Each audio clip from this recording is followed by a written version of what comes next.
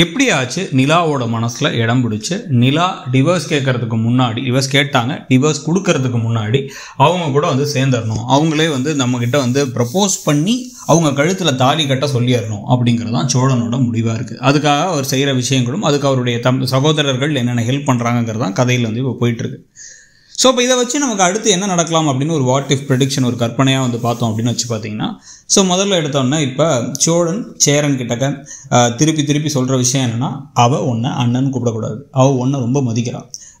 நான் ரூமுக்குள்ளே குடிச்சிட்டு போய் பக்கத்தில் படுத்துட்டு வேணும்னே வந்து அழிச்சாட்டியம் பண்ணும் பொழுது அது எப்படி வந்து அண்ணான்னு கூப்பிடக்கூடாது, கூப்பிடாமல் வந்து அழுதுட்டு வேணால் நிற்கலாம் ஒரு ஓரமாக அப்படிங்கிற மாதிரி வந்து பேசிக்கிட்டு இருக்கிறதுனால சோழனும் போய் இப்போ என்ன பண்ணுறாரு, நிலா கிட்டக்க நிலா ஏமா இந்த பாருமா இனிமேல் அண்ணன் கூப்பிடாதுன்னு சொன்னால் அவங்க அழுதுறாங்க. திருப்பி அண்ணன் கூப்பிடுன்னு சொன்னால் இவர் கோவப்படுறாரு. அதனால் வந்து என்ன அண்ணன் கூப்பிடு, அவனை மாமா பையன் கூப்பிடு அப்படின்னு சொல்லிட்டு மாமான்னு கூப்பிடு அப்படின்னு வந்து சொல்ல அது ஒரு பக்கம் போயிட்டுருக்கு. ஸோ இவ்வளோ பிரச்சனைகளுக்கு இடையில் இப்போ யோசிக்காத ஒரு விஷயம் என்ன, நிலா விஷயத்தில் சோழன் அப்படின்னா, சோழன் சேரன் எல்லாருமே வந்து இப்போ ஒரு வீட்டில் இருக்க அதே வீட்டில் தான் நிலாவும் இருக்காங்க.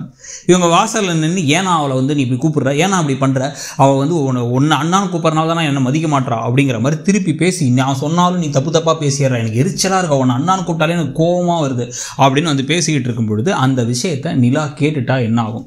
நிலா வந்து இப்போ கேட்டுட்டு எதுக்கு அவர் அண்ணன் இப்போ அவர் வந்து அன்றைக்கி அந்த அண்ணன் கூப்பிடாதுன்னு சொல்கிறது காரணம் நீங்கள் தானா, ஏன் அப்படி கூடக்கூடாதுங்கிறீங்க, உங்களுக்கு என்ன அது பொசசிவாக இருக்கா, நான் உங்கள் அண்ணனை நானும் அண்ணன் கூப்பிட்டா உங்களுக்கு எதுவும் பிரச்சனையாக இருக்கா, என்ன இதில் என்ன இருக்குது? அந்த அனீஷ்னு ஒருத்தர் இருக்காரு, அவர் கூட வந்து பையான் தான் கூப்பிட்றாரு இவரை, அப்போ அண்ணன் தானே அர்த்தம் பையானா ஹிந்தியில், ஆளாருக்கு கூப்பிட்றாங்க, நானும் கூப்பிட்றேன், அவர் என் மேலே பாசமாக இருக்காரு கூப்பிட்றேன், இந்த அளவுக்கு என்ன உங்களுக்கு புத்தி இப்படி மோசமாக போகுது அப்படின்னு வந்து பேசிகிட்டு இருக்கு. ஐயோ அப்படி இல்லைங்க அப்படின்னு வந்து எப்பயுமே சோழன் ஏதாவது ஒன்று பண்ணுற இந்த ஒன்று நினச்சி பண்ணுவார், கடைசியில் அது பிரச்சனையாக தானே போய் முடியும்.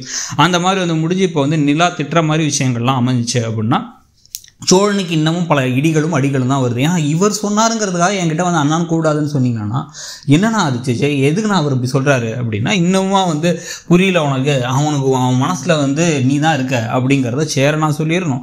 இல்லை அப்படின்னா வந்து ஓப்பனாக இந்த நடேசனாச்சும் வாசலில் உட்காந்துருக்காரு, அவராச்சும் சொல்லணும், அவனுக்கு மனசில் நீ இருக்காமா, நீ அவன் அண்ணன் கூப்பிட்டேன்னா வந்து அவங்க அண்ணன் கூப்பிட்டா இப்போ இவனும் உனக்கு அண்ணன் முறை ஆயிடுறான், அதனால தான் பயப்படுறான் அப்படிங்கிற மாதிரி சொல்லிட்டு என்ன சொல்கிறீங்க? சந்தர்ப்ப சூழ்நிலையெல்லாம் கல்யாணம் நடந்துச்சுன்னு இங்கே இருக்க அத்தனை பேத்துக்கும் தெரியும். நான் இந்த வீட்டுக்கு வரமாட்டேன்னும் போது என்னை பிடிச்சி இழுத்து வந்து நீங்கள் வர வச்சிங்க, இப்போ என்ன இப்படி பேசிக்கிட்டு இருக்கீங்க, உங்களுக்கு அந்த மாதிரி எது என்ன இருக்கா அப்படின்னு கேட்டால் இப்போ சோழன் சொல்ல வேண்டியது ஆமாம் எனக்கு உங்களை பிடிச்சிருக்கு, எனக்கு உங்களை ஆரம்பத்துலேருந்தே பிடிக்கும், நான் உங்கள் இடத்துல தாலியெல்லாம் கட்டி உங்க கூட இருக்கும்போது நீங்கள் என் கூடவே இருந்தால் நல்லா இருக்கும்னு எனக்கு தோணுச்சு, உங்களுக்கு என்ன தோணுதுங்கிறத சொல்லுங்கன்னு சொன்னால் அவங்க யோசிக்கிறதுக்கான நேரத்தை கொடுக்கலாம். எனக்கு அந்த மாதிரி ஒரு ஆசை இருக்குது, உங்களுக்கு அந்த ஆசை இருக்காங்கிறத யோசிக்கிறது நேரம் கொடுக்கலாம். ஆனால் அதை எதையுமே பண்ணாமல் என்ன அவள் புரிஞ்சிக்கவே மாட்டா, என்ன அவள் தெரிஞ்சிக்கவே இல்லை, என்னை பற்றி அவளுக்கு தெரியுதா இல்லையா, என் மனசில் இருக்க ஃபீலிங்ஸ் புரியுதா இல்லையான்னு மனசுக்குள்ளேயே பேசுறதும், தேவையில்லாமல் தம்பிங்களா அண்ணனுங்கள்லாம் வந்து அவங்களுக்கு எதிராக திருப்பி விடுறதும் அப்படிங்கிறத பண்ணாமல் டைரெக்டாக ப்ரப்போஸ் பண்ணதுக்கப்புறம் அவங்க பலார்னு விட்டு வேணாம் பார்க்க போகிறாங்களா, இல்லை எனக்கு யோசிக்க என்ன டைம் வேணும்னு கேட்க போகிறாங்களா, இல்லை எனக்கு அந்த மாதிரி என்ன இல்லைன்னு அவுட்ரைட்டாக ரிஜெக்ட் பண்ண போகிறாங்களா, எஸ் நோ மேபி 3 ஆப்ஷன் தான் இருக்க போகுது. அந்த ஆப்ஷனில் என்ன வரப்போகுது அப்படிங்கிறத பொறுத்திருந்து பார்க்குற மாதிரி கொண்டு போயிடலாம். ஆனால் அதை விட்டுட்டு திருப்பி கதையை கொஞ்சம் நெகட்டிவாக கொண்டு போகிற மாதிரியே கொண்டு போய் சோழர் கேரக்டரையும் வந்து அசாசினேட் பண்ணுற மாதிரி தான் ஆகிடுது.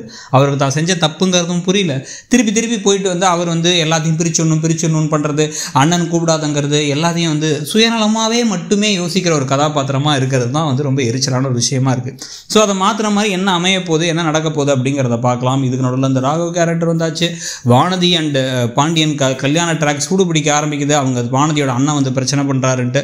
ஸோ இப்படி பல ட்ராக் விஷயத்தில் நீங்கள் இந்த சோழன் நிலா விவகாரத்தை என்ன நினைக்கிறீங்க, யார் பக்கம் நிற்கிறீங்க, சோழன் இன்னைக்கு வந்து இப்போ சொன்ன விஷயங்கள்லாம் சரின்னு தோணுதா உங்களுக்குங்கிறத சொல்லிட்டு மறக்காமல் இடம்பொருள் சேனலையும் சப்ஸ்கிரைப் பண்ணிவிடுங்க. நம்மளோட இன்னொரு சேனலான இடம்பொருள் நவ்வையும் சப்ஸ்கிரைப் பண்ணிவிடுங்க. தேங்க்யூ.